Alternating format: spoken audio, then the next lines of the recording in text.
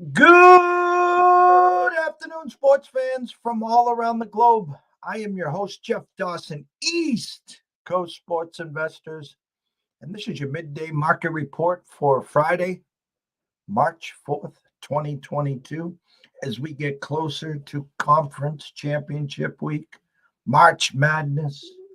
It's our weekly Windy City report, as yesterday, Colton Soroka blessed us with his weekly presence, and now his partner in crime, Riley Magnuson. We'll be talking Big 10.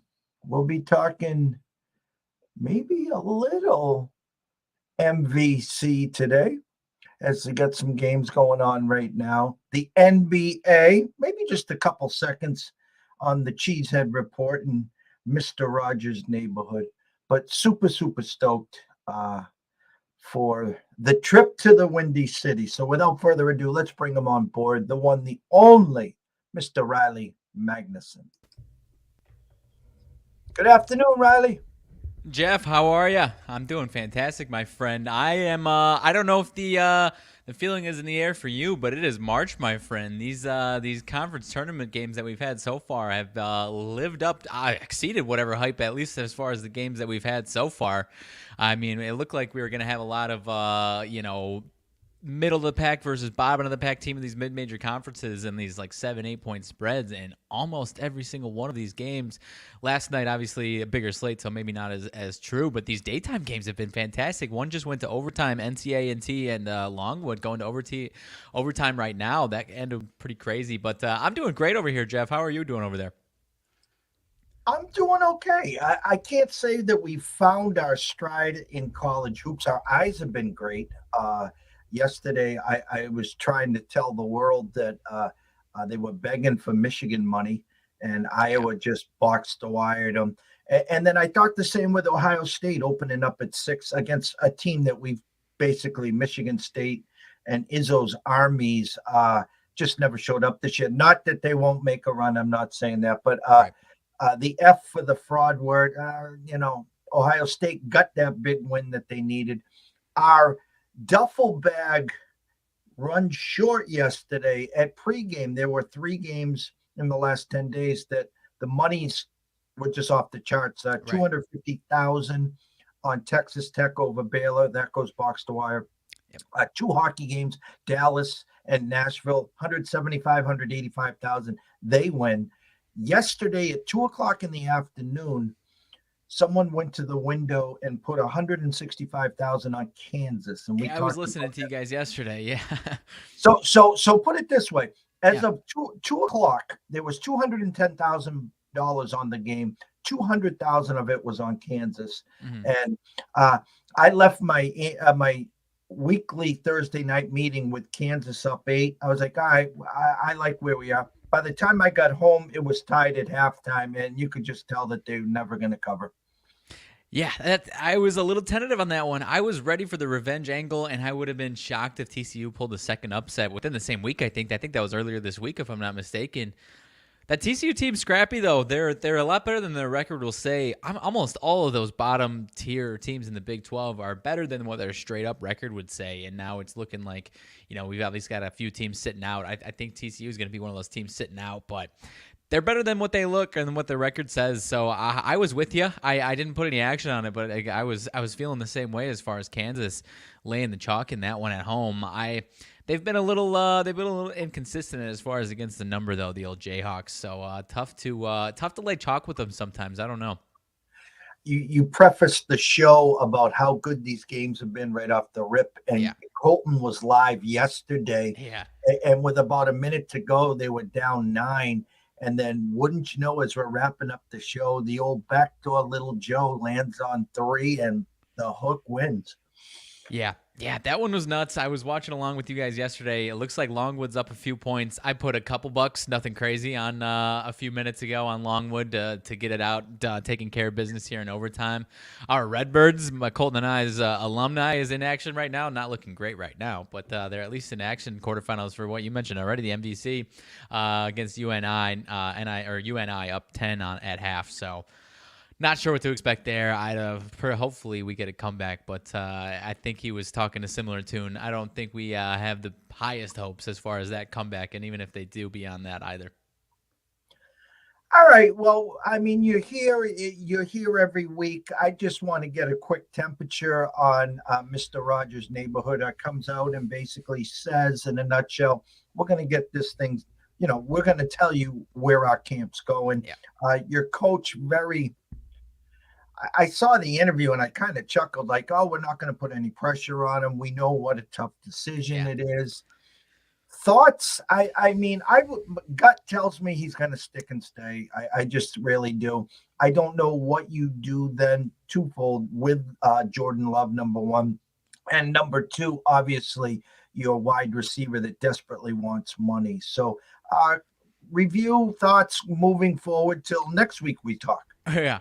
Yeah, pretty similar thoughts, Jeff. I feel that he's coming back, and I find it hard to imagine that a decision hasn't been made in his head. That seems hard to believe to me. What I guess I don't know would be, is the decision one more year and that's it? Or are we talking a 2-3 year extension to some degree? I think that might be the bigger decision that needs to be made here, from my opinion. And you mentioned LaFleur. I mean, he's been great as far as politicking, not stepping on Rodgers' toes. He's been doing a great job since Rodgers came in there. So I expect nothing less from them. But personally, like, I don't think it's a 50-50 in his head. Like, I don't think he's up at night. Am I leaving? Am I going? Whether or not, I would, gun to my head, I feel like the decision is made, and maybe there just needs to be some hoops that need to be crossed and ironed out for sure. Or the decision that has to be made is what I said, as far as if it's going to be one more year or 2 or 3 more. You know what I mean?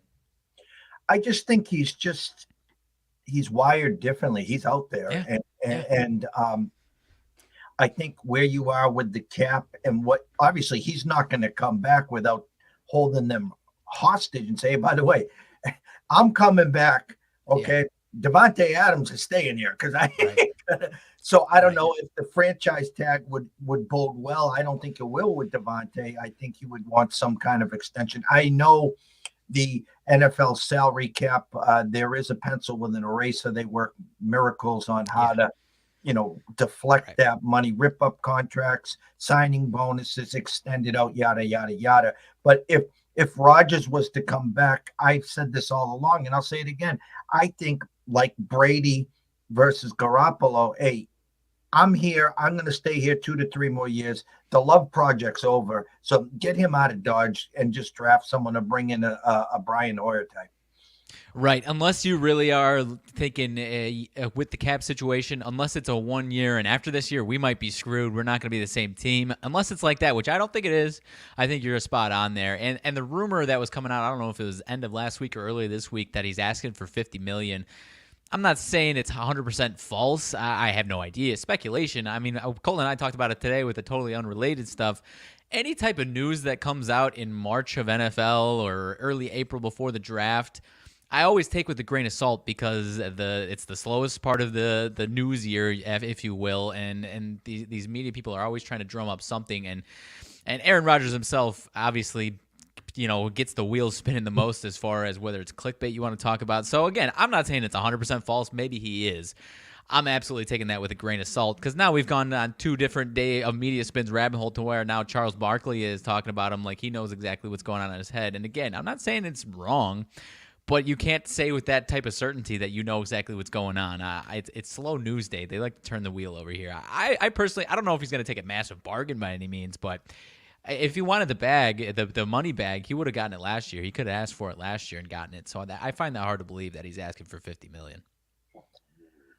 We'll find out sooner than later. We will. So, I'm going to bring up our wager talk. We'll dive right into the NBA for you. It is Friday. It is Fade the Public Friday.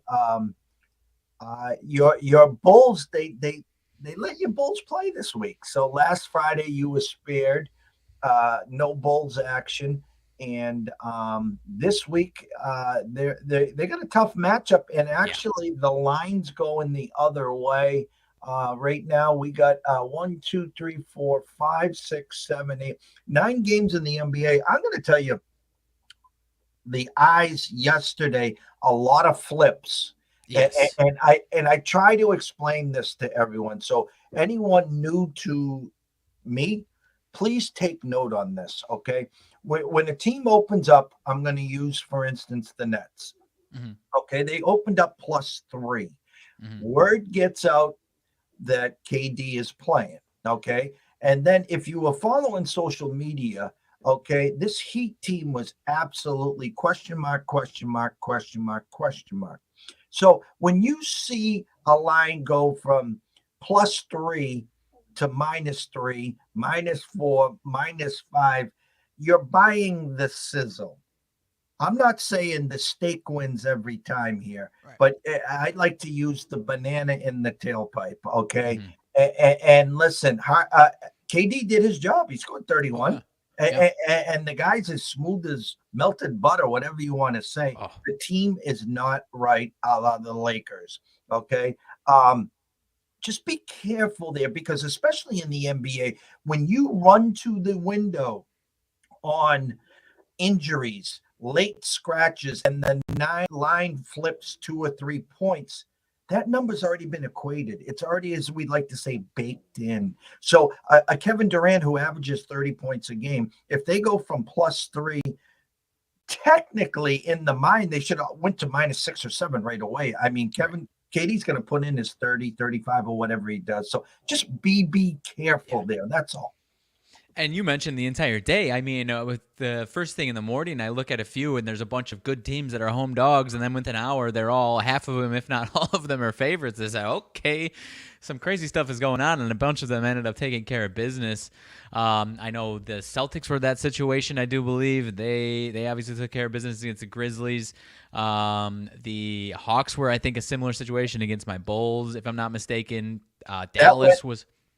Go ahead. That went from 4.5 all the way down to a pick 'em, and you could tell there Trey was going to play. Yeah. And going back to the Celtics game now, Jaylen Brown was already out.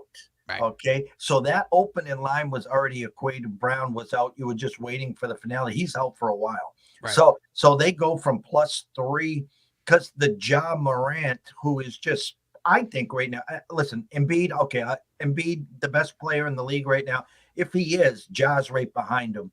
And the Celtics and Tatum took care of business there as well. And on your Bulls game, they went from 4.5 all the way down to a pick 'em. So it was kind of comical on all those flips how it worked out. Right. And sticking with, I guess we can stick with the Bulls and kind of leading into today with their action today.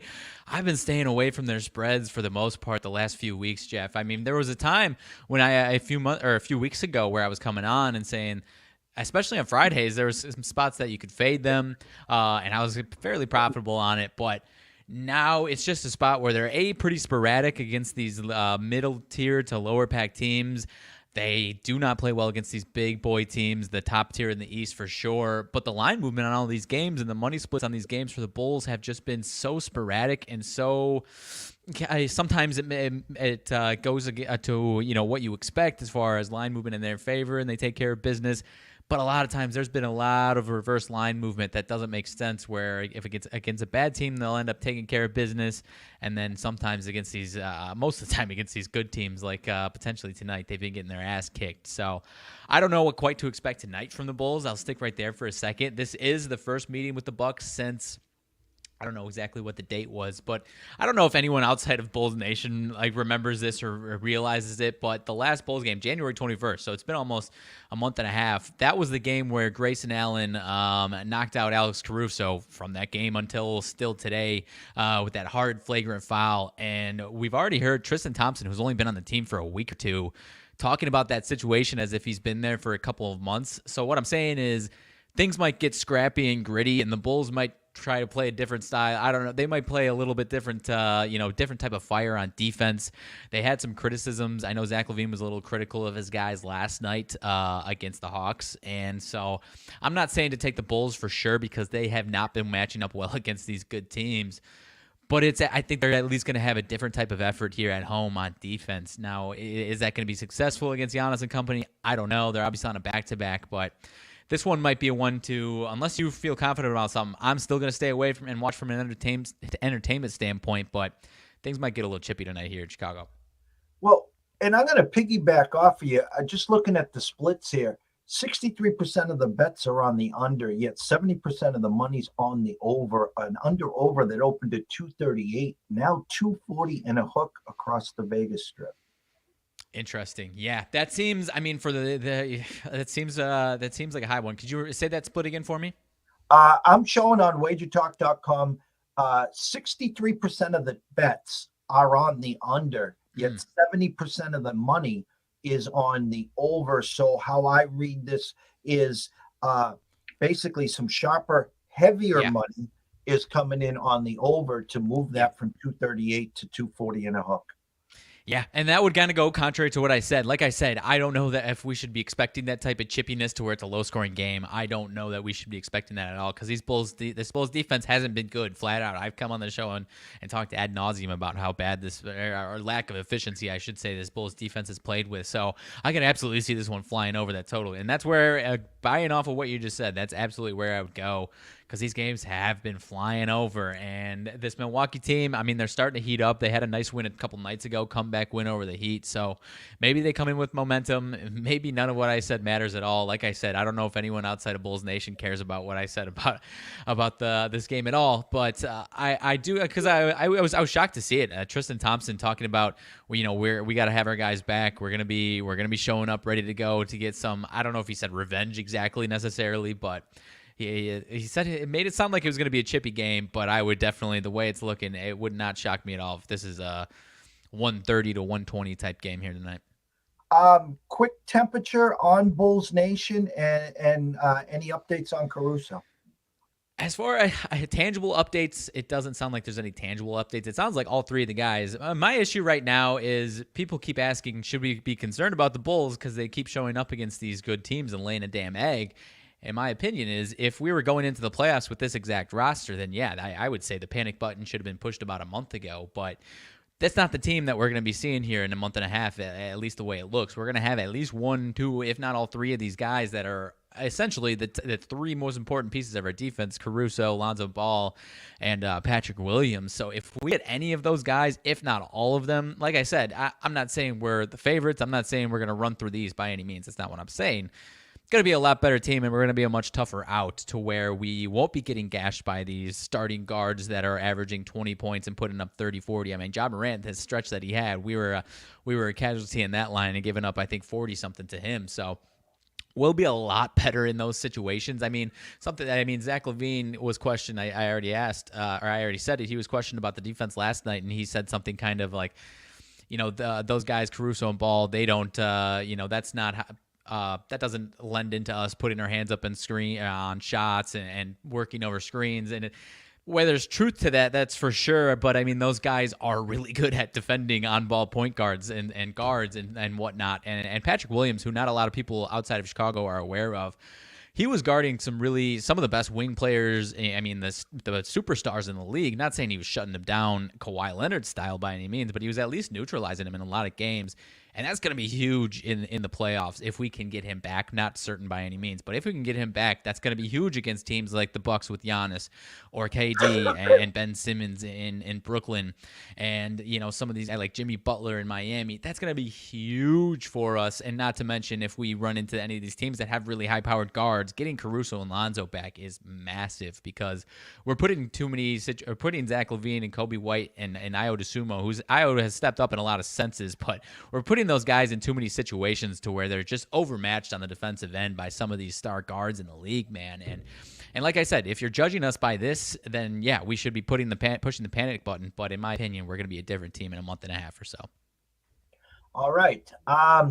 What next on the slate tonight?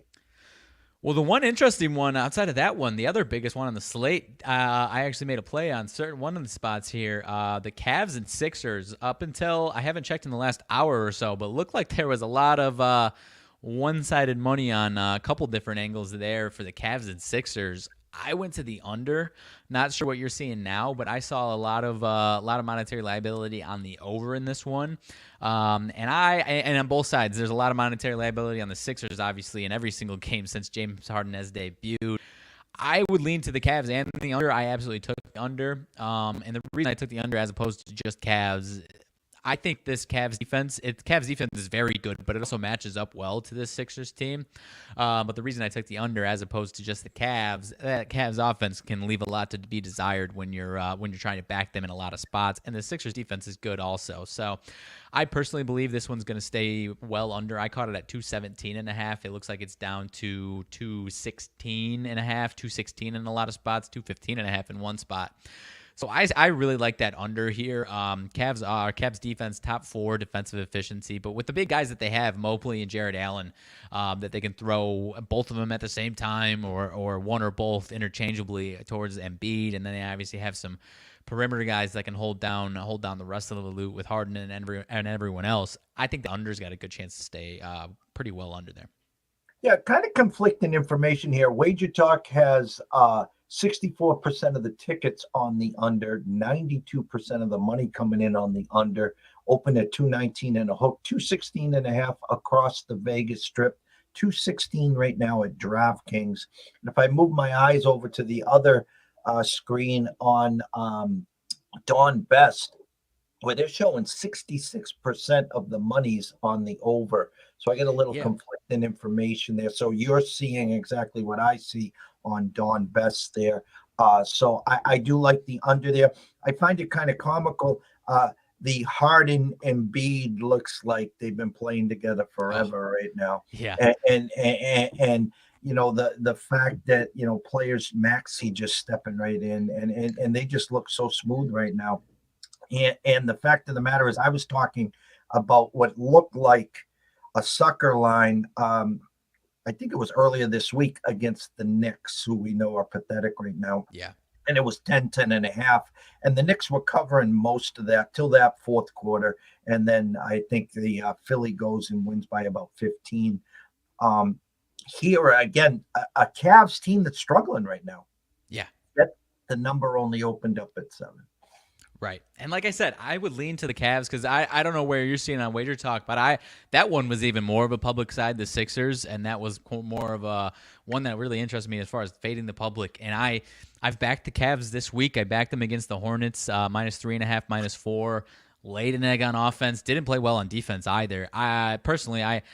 The reason I think that side is probably the way to go, the Cavs +7, is because of the way they match up. And like I said, the offense has been scaring me every time I try to back them. Their offense puts up less than 100 points, and I kind of see that happening again here tonight. You mentioned, I came on your show here last week and talked about, I think Embiid and Harden's going to take at least a few games to get themselves ironed out and chemistry-wise. That was a big old wrong on my part because they look fantastic, but this is one of the teams that just matches up to them really well defensively. Scanning the globe here, as I like to say, a couple of things that kind of smell a little.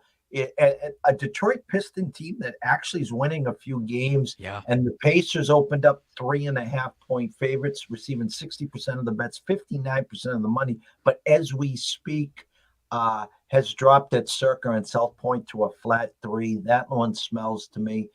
Utah only opening up 3.5 at New Orleans. Kind of smells a little to me. But the one that smells to high heaven, and I'm going to just go on record here right now.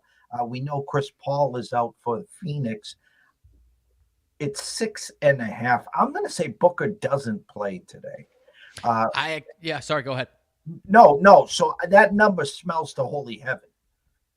So I'm actually taking a swing on that game. I got a couple thoughts of what all three of the games you just mentioned. I'll stick right there. It does look like Booker is out, and so with that, the 6.5 with no Chris Paul and Booker. You would lend to believe that that's a little too good to be true for the Knicks, in my opinion. With the Suns team, in my opinion, I laid the 7. I caught it at 7. I didn't catch the best number for sure, but I laid the 7 with the Suns. They just beat the Blazers. Obviously, the Blazers are a bad team, but if you really iron it out, they're not much far off from this Knicks team, Jeff. The Suns, without either of those two guys, just beat them by 30. Offensive efficiency, defensive efficiency has been just fine without Chris Paul. Obviously not as good offensively, but the defense should still show up in this one. You still have DeAndre Ayton, should be able to neutralize Julius Randle in this one. And I think they're going to be a case, especially without Chris Paul and even without Devin Booker, I think they would be a case where they should still handle business especially at home against these bad teams, which the Knicks are unequivocally a bad basketball team. Whereas when they play the top tier in the West and the East, I think they'll probably struggle a bit, even when they have Booker and no Chris Paul.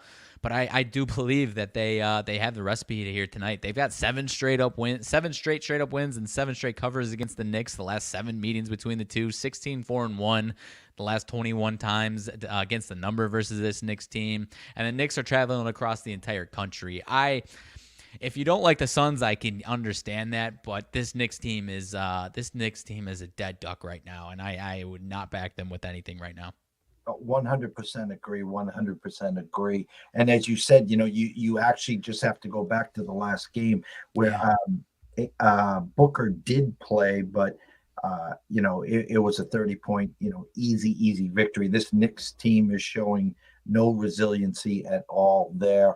The other two that I talked about, you feel the Utah line a little low, or do you feel that they're baiting you on the Pacers tonight? Booker was actually out on that one. I just double checked. Booker was out against the Blazers, just to double check you there. So the Pelicans, I'll start right there. I'm not going to play that one. That one I would go to the Pelicans if anything. They also have been playing there. They've got 3 straight wins out of the All-Star break right now after they bring in CJ McCollum. So that was still a tough one. I think the Jazz, now they have Rudy Gobert back after the last couple of weeks after having him gone, and they're starting to play better. Not quite the same profitability that they had, obviously, a year ago. They were crazy profitable all season long. I think they're about to, start finding some more and more momentum. I'm going to stay away from that, but if I was going anywhere, I'd probably go to the Pelicans. But that Pistons one, Cole and I actually saw our Friday 4-pack that we do. We had 2 NBA legs, 2 NHL legs, and we actually took the Pistons as one of the legs. I had post that I just about an hour ago saw that Cade Cunningham was questionable. And this line hasn't moved, though, so that would lead me to believe that he's probably still going to be playing. Because if he's out, that's a totally different story. He's been a big reason why they're playing so well. And they made a couple of trades that have them playing just really solid basketball right now.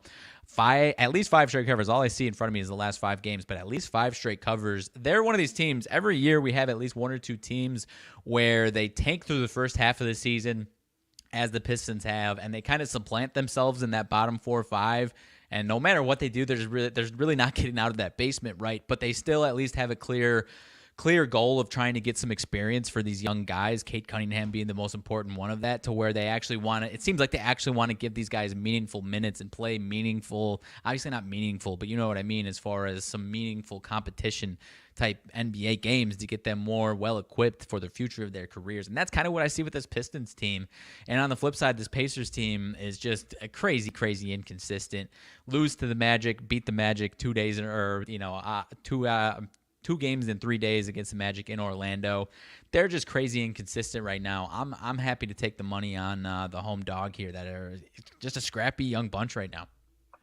And just thinking out loud here, if the Pistons can get the number 1 pick, you could be starting next year with Jabari Smith and Cade Cunningham, which is a pretty good foundation for a future.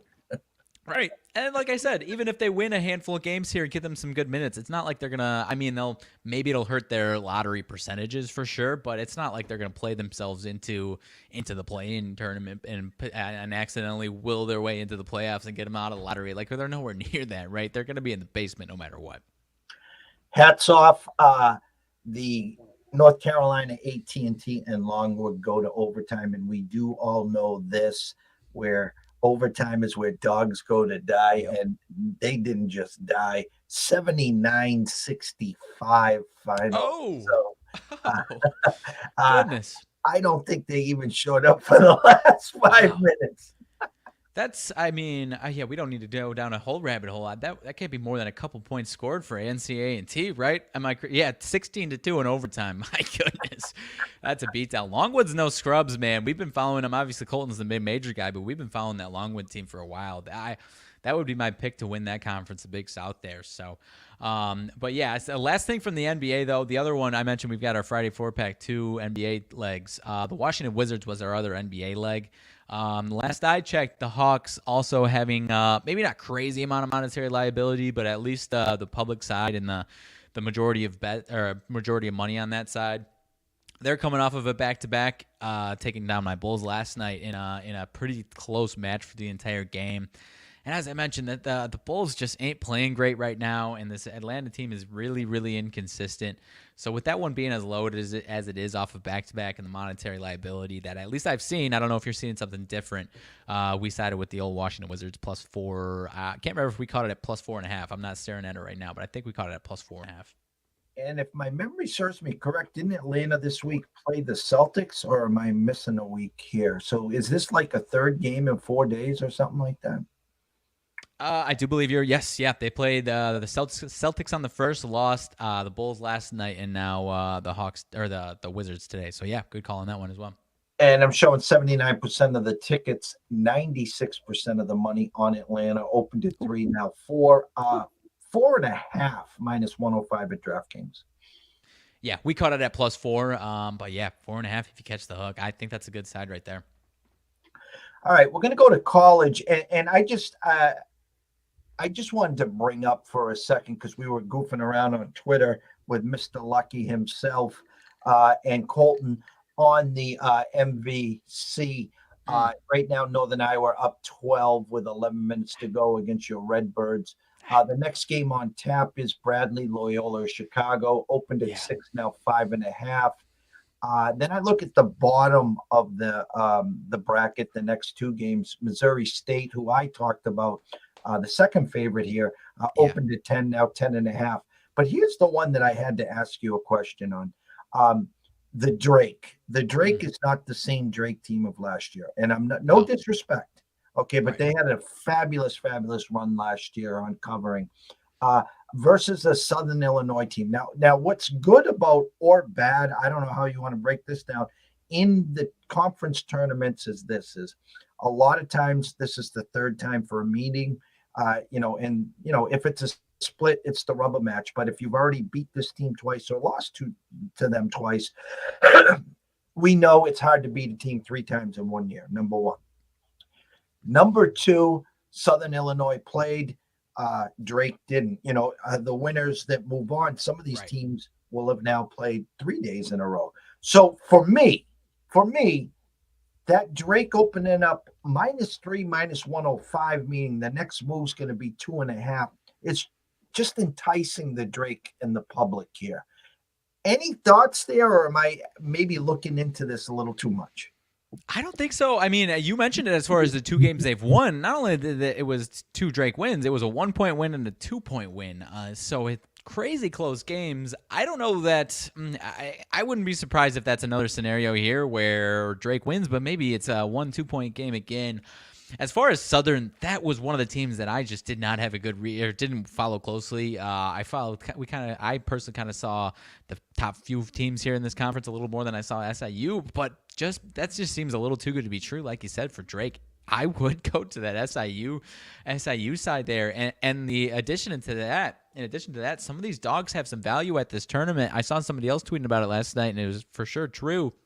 It's technically not an NBA arena, but at this arena, it's one of these arenas where historically kids' just shooting percentages go down because it's a different type of backdrop. They're not used to it for whatever reason. And so, why I mentioned that is because you might have a good team that just doesn't have a very good shooting night, and you kind of have, like last night, I'm not saying Indiana State was a good team by any means. It was a pretty obvious coin flip, but the game was a scrappy, disgusting. I think they both stayed under 60, if not maybe at the end barely cracked 60. So these games could be lower scoring, and one of these dogs might pull off a surprise win against one of these good teams. And I would say that's a solid candidate for it for sure, is SIU there right there.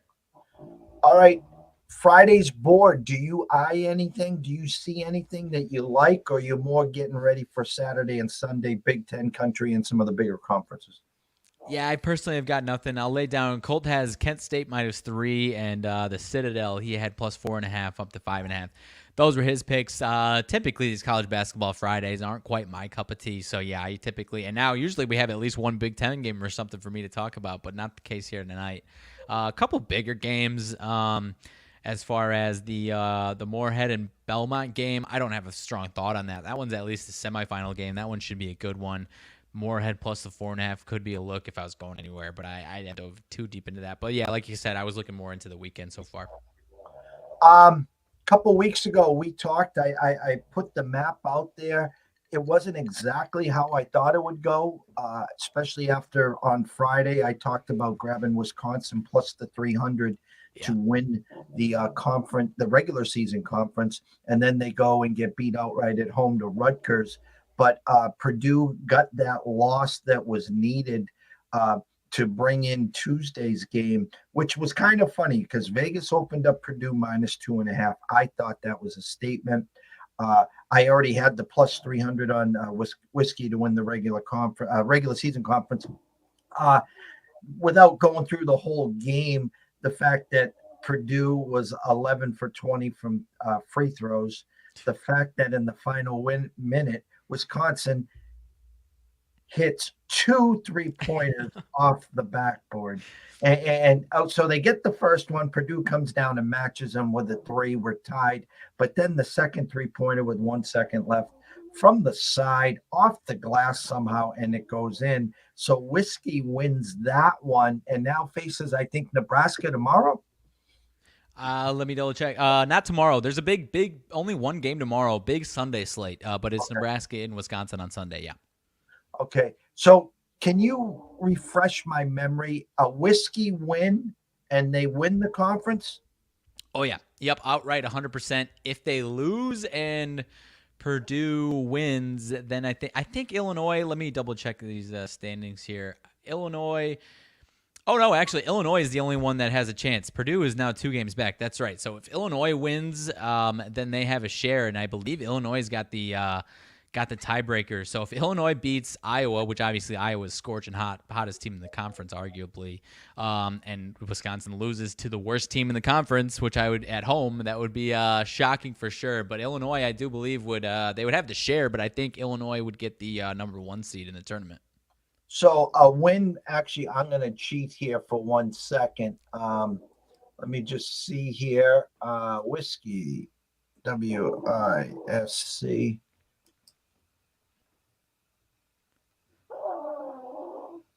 Ken Palm has Sunday, Wisconsin 81-67. So he's got Wisconsin minus 14. Yeah, I as far as the spread, I don't know about that. That one seems pretty spot on. That's about where those Nebraska spreads have been. But yeah, it would be a meltdown if they lost. However, Nebraska's got 2 straight wins on the road against Penn State as 10-point dogs, 10.5-point dogs, and another one against Ohio State the other day as 15-point dogs. So I don't know if that makes you your skin crawl a little bit or not, but I would be hard-pressed to find Wisconsin blowing that one at home for all the marbles on Sunday there. And in the same case, like I said, Illinois playing Iowa. Iowa arguably the hottest team. So even if Wisconsin does lose, you still got a chance that Iowa could take down Illinois in the same spot there. All right. So get our viewers caught up to speed for what to look for maybe on Sunday in the Big Ten. I can pull up some teams and maybe get some lines for you. Any marquee games that really stand out for you on the weekend in the Big Ten? Yeah, let's kick it off tomorrow. The one game tomorrow, surprising me, there's a ton on Sunday, only one tomorrow. But Indiana-Purdue tomorrow, that's obviously a pretty big one for Indiana. I tweeted out last night, the Big Ten released there, if the season ended last night, what the tournament seedings would be and who would be matched up together.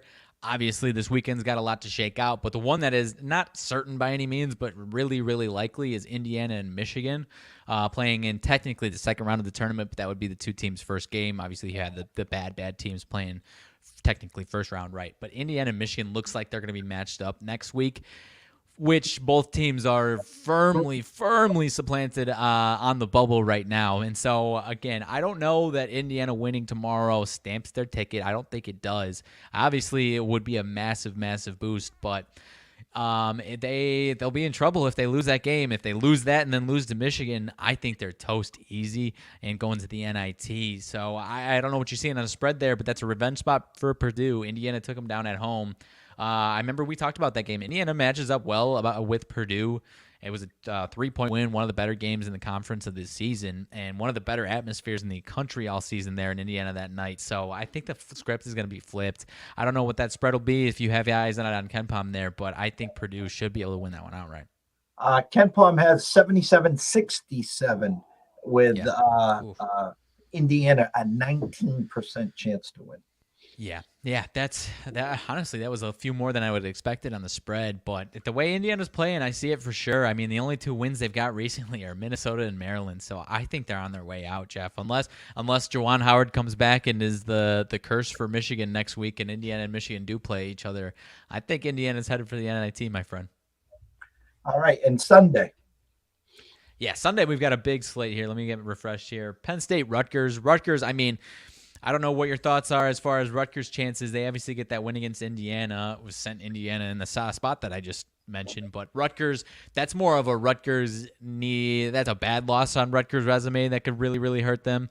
So, and that's at home. So, and Penn State's scrappy though. They just hung with my Illinois.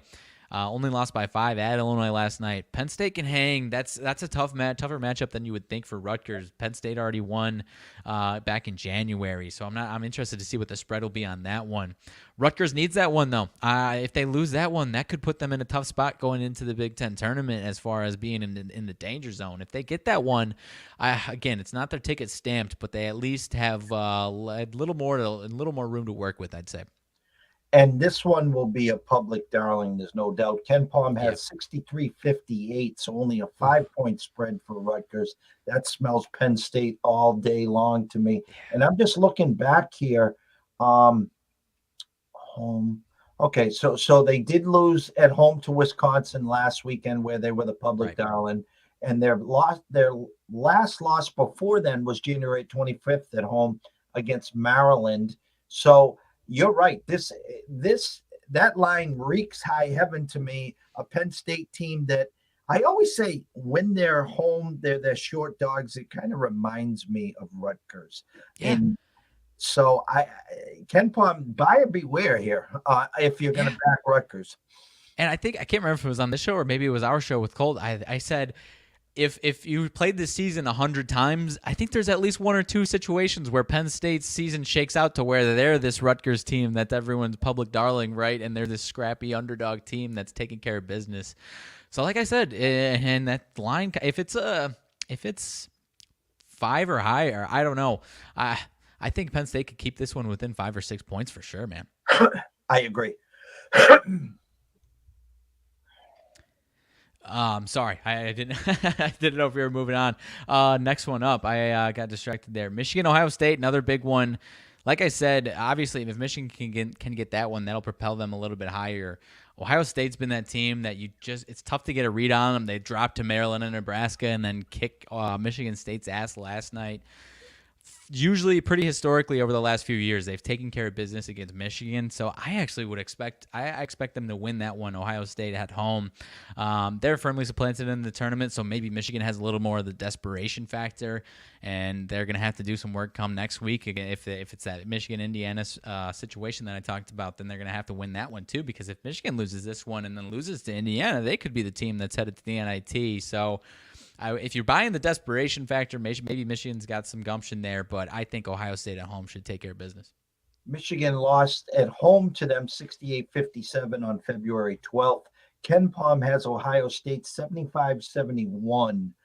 So a 4-point spread with Michigan at about 35% to win that game.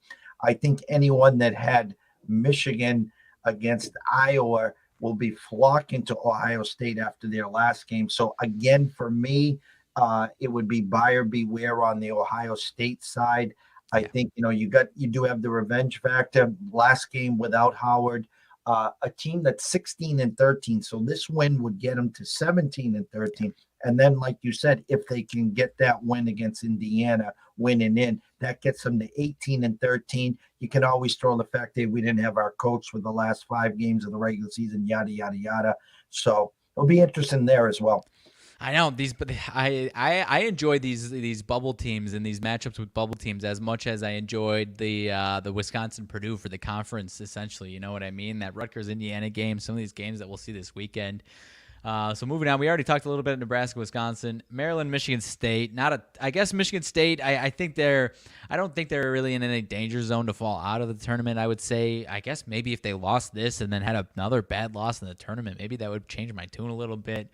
I have to imagine they'll be ready to rock, though, come Sunday for this one. They ain't going to want to mess around with Maryland, right? But just as you say that's when Maryland shows up and decides that they figured out how to play basketball again, right? So Michigan State took care of them 65-63 about a month ago at Maryland. So I would say Michigan State should be able to take care of business. I'd be interested to see what that spread there is, though.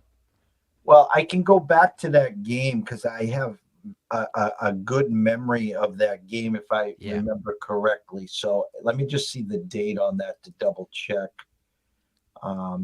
Looks like February 1st. Michigan State was -3.5, I think. Maryland, February 1st. All right. So, okay, that was a Tuesday. Okay, so I was thinking of the Sunday game that Maryland played. That was that first flash 18-3, then 21-3, and they came all the way back. But this was on a Tuesday, so it wasn't that game. Ken Palm has it 74-68, so a 6-point spread, which again, if you look deep here, a Michigan State team that's 19-11, okay? Yeah. But if you dig a little deeper, 1, 2, 3, 4, 5, 6, 7, 7. They're 2-7 their last 9. Their two wins was at home against Indiana and a home win against Purdue. I think Michigan State gets it done, but Ken Palm doesn't think they're going to get it done by a ton. Again, I think the Michigan State team will be a big public side there. Yeah, it probably will be. I'm looking. Joe Lunardi, ESPN's got him still listed as a 7 seed. So, like I said, probably not in that danger zone of dropping out of the tournament. But you lose this game, and then who knows what shakes out in the Big Ten tournament? You never know. So, I don't think it's gonna be easy. I don't know. Maryland might cover the spread if that's around what it is. But it would be shocking to me if Michigan State loses outright, at least. And then. Let's see, Minnesota Northwestern. I don't want to waste too much breath about that one. That Northwestern is another team that looked like they were scrappy for a minute there. Then obviously they're falling to the back of the pack. And then Iowa, Illinois. I don't want to say there's no stakes on it, but there's certainly stakes on it. What am I talking about as far as Illinois being able to take care of and jump into that pack? I guess I don't know that they'll be score watching because the Wisconsin game will have its outcome already. So. If Wisconsin loses, then they'll obviously be ready to go, Illinois, and they know what's in front of them. If they win, they get a share of the Big Ten title and potentially get that number 1 seed in the tournament. Obviously, we don't expect that to happen. But Iowa, we've been talking about it. I would say they're the hottest team in the damn conference right now, one of the hotter teams in the country. Illinois has been taking care of them the last couple of seasons, took care of them already back in December, nonetheless. But I don't know. I've been waiting. Earlier on in the year, I was waiting for Iowa to finally become this team, and that's kind of what they're looking like right now. Nobody's really stopping this offense right now. They've put up 80 at least in 4 straight games, 75 in at least 5. So I don't know what to expect in that one. Like I said, I'm a little too biased for Illinois, but Iowa might be the side in that one. I'm not sure. Well, I think you'll be shocked what Ken Palm has. What do you think the spread is? Is Iowa within 2 points, if not favored? He's got Illinois 78-77. Yeah. This Iowa team is finally. They're finding some offensive consistency. I don't know. I feel like they might be peaking a little too early. The team that they are with what they rely on, I personally believe it might be peaking a little too early as far as the grand scheme of March is concerned. But at least for this game this Sunday, like I said, I mean, what would you say on that? As far as, I don't know that I've seen too many situations like that to where if Wisconsin wins, does that kind of deflate Illinois a little bit? And now they have, I shouldn't say less to play with, because I think they could potentially drop out of the 2 seed in the conference tournament for sure. If I'm not mistaken, they have Purdue right on their heels. So if Purdue wins Saturday and Illinois loses, then I think they would drop a spot. So I guess they would probably aren't thinking that way, but I don't know if you have any different thoughts there. Well, I can bring up my Big East for a second because of the fact that I didn't like UConn at Creighton. I thought the number UConn -4 smelt to me. And without Nembhard as well, but it was a revenge factor. Here's the blessing in this, where UConn with a win would have basically, they got DePaul tomorrow, but with that win and a win against DePaul at home tomorrow, they would have got the 2 seed. Okay, I'm sorry, they would have got the 3 seed. So Yeah. Providence has got the 1, Nova's got the 2. By UConn losing, Creighton now gets the 3 seed, UConn gets the 4 seed. So in my eyes, I have no problem with us playing Providence. Right. None. We lost the opening game of the Big East at home. The second game was canceled because of COVID. We're licking our chops for that. So we wouldn't have to face a Nova team till the finals. So I Right. guess your thought process simply would be, does Illinois, if they're stuck in the 2-3, and we'll assume Whiskey wins, do Yeah. you want them in against Purdue in that 2-3, or would you rather drop to the 4 if you could and wouldn't have to face Illinois or a Purdue team till the finals? I mean, a Purdue or Iowa team. Yeah, Iowa. So it looks like I don't think they can drop past 3. I think they're either 1, 2, or 3. Illinois, the way it looks like right now, Iowa and Ohio State are tied for 4th. They're 2 behind Illinois. So essentially Illinois and obviously if Purdue loses, then that could change everything for sure. That would change everything for sure a little bit there. But I think I think it's because then they'd be staring at, if they're the 2 seed, it looks like they could potentially be staring at the winner of Maryland, Michigan State, which I don't think they're scared of at all. If they drop to the 3, they'd be looking at potentially Rutgers, and then Rutgers doesn't have an opponent the way it's looking right now. They've got the first round matchup to shake out to see who there is, probably Penn State. So I don't know if they see Wisconsin take care of business. Both of those teams. I guess Iowa in that 4 spot. Iowa is probably going to be more hell-bent to stay in that 4 spot, I guess, is what my final conclusion would be, because that's a double bye to the quarterfinals if you're a top 4 in the Big Ten. So Iowa might be the play on Sunday, I guess, is the roundabout way. Unless if Wisconsin loses and Illinois knows they can get the 1 seed, maybe that's a different story. But obviously we don't expect that. Well, if that happened, I bet you that line jumps at least to 3. Yeah, right. Right. Because they've been in a situation, I don't remember the exact situation last year, but it was kind of a similar situation, not necessarily the way Sunday's shaking out, but yeah, they'd love to have that number 1 seed if they can get it. Amazing 50-something minutes talking shop. We even got in our weekly Cheesehead and Rogers Neighborhood Report. Great info on the NBA, talking college hoops. Big 10 spot on every spot. I've left the crawler on as usual. They can follow you at our mags at TTL Sports and at Talking the Line. But as we close every week here, the stage is yours. Tell everyone where to find you, all your social medias, your podcasts, your platforms, and where they can get all this amazing stuff. Yeah, like you said, you see it crawling down there. Our mags TTL Sports is my Twitter handle. Talking the Line is the Talking Sports Media Twitter handle. Follow my partner, Colt TTL Sports. That is his Twitter handle. He'll have a UFC blog coming out for subscribers tonight. If you go to talkingtheline.com, he's got UFC blogs, college basketball blogs. Right now, all I've got right now is called PGA blog. So if you go and subscribe, you'll get early access to those. Otherwise, stay tapped into our Twitter, and we drop those a little bit after our subscribers only spot. So as I mentioned, talkingtheline.com, go check that out. A lot of essentially the one-stop shop for everything. But Talking the Line podcast Monday through Friday, 10 a.m. Central Standard Time is where you'll find our main show. Saturdays at 8:30 a.m. Central Standard Time, Cup of Joe on campus. You'll see us there tomorrow, breaking down just about every single game on the college basketball slate. Come football season, it's both, it's obviously only football season, it's college football, and then obviously if we have an interlamp, which we had for a couple weeks this year, we do college football and basketball show at 8:30. And then Wise Words podcast, we're back for season 3, just kicked it off this past week with Mike Blewett.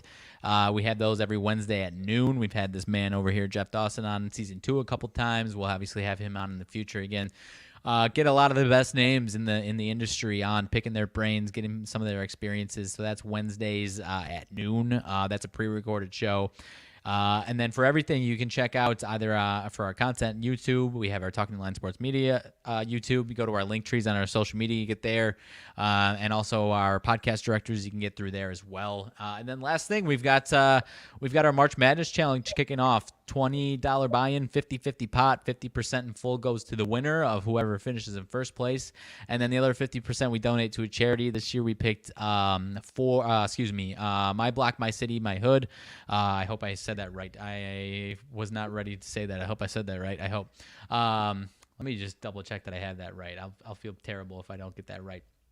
But the charity that we're donating to is right here in Chicago. It profits underprivileged communities, minority communities, low income communities, particularly youth, but also from top to bottom age groups, getting a lot of school supplies, field trips. All across the scope there. So a really solid charity that we're donating to this year. And Colton's gonna be mad at me if I mess up this if I mess up this charity. But nonetheless, it's an awesome charity. Get us signed up. You can shoot us some DMs to make sure that you get into our pool, and we'll get you right in. Like I said, a $20 buy-in, 50% to the winner, 50% to this charity. So let me. That's all I've got. Let me make sure. I'll get this name ironed out, and then we'll get out of here.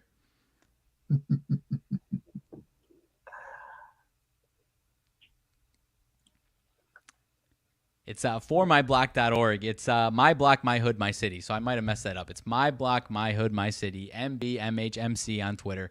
So I apologize to those fine people if I messed that up. But awesome charity. They're doing awesome stuff in here in the Windy City. So we're pretty pumped to be able to donate some money here to some charities here in Chicago.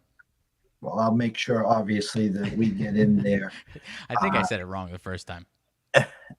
We will definitely get in there over here. So another amazing Friday as we get closer to the weekend and closer to Vegas. And yes, sir. We'll have our show next Friday. And then we will be seeing each other live in Vegas the following week, which obviously we can't wait for there. And everyone that doesn't follow Riley and Colton, you're missing out here. Nothing better than waking up in the morning. And for me, it's after my show, The Breakfast Bankroll. So I just finish and wrap up our show, and I just head on over there. And I get inspired by these two. They're always full of energy, and these guys are absolutely locked and loaded, and they're spot on. College hoops, NBA. They talk about life. And that's the other thing about our businesses here in our lanes. It's not all about X's and O's, wins and losses. If you are not connected physically, mentally, and spiritually, your brain's not going to be able to pick these winners. You're not going to feel good. And then every loss that you had, it was everyone else's fault. Or the rigged word comes up. This game was rigged. Right. They're not rigged, guys. Trust me. They're not. Right. As much as I hate the NBA sometimes, and I call in the phone call at the halftime or the end of the third, that's why I just sprinkle a little fairy dust once in a while into the NBA. But whatever's working for you, stick to it. Stick to the plan. Have a plan. That's a crazy concept, huh? Yeah, pretty crazy. And on top of all of that, we dive into some, if you like a little mental vacation, we dive into some nonsense from time to time as well and get down some just total nonsensical rabbit holes as far as just funny talk. So that's typically that's all of our shows for the most part, but especially our daily show, the Talking the Line show there at 10 a.m. Central Standard Time. From Jeff Dawson at EC Sports Invest, from Riley Magnuson at R Mags TTL Sports and Talking the Line, another version of ECSI's From Rags to Riches. Thanks to everyone that watched, listened, retweeted, subscribed. It is free. We thank you. And always remember this. If you are wagering or investing tonight, always wager and invest responsibly. If you do have a problem, pick up the phone. There's an 800 number available. Ask for help. Why? Because myself and Riley care. We want to see you here today, tomorrow, next week, next month, through 2022 and beyond. From Jeff Dawson at EC Sports Invest, from Riley Magnuson at our Mags TTL Sports and Talking the Line. We wish everyone a blessed day. Enjoy the games. Let's have a weekend, and we will see you soon.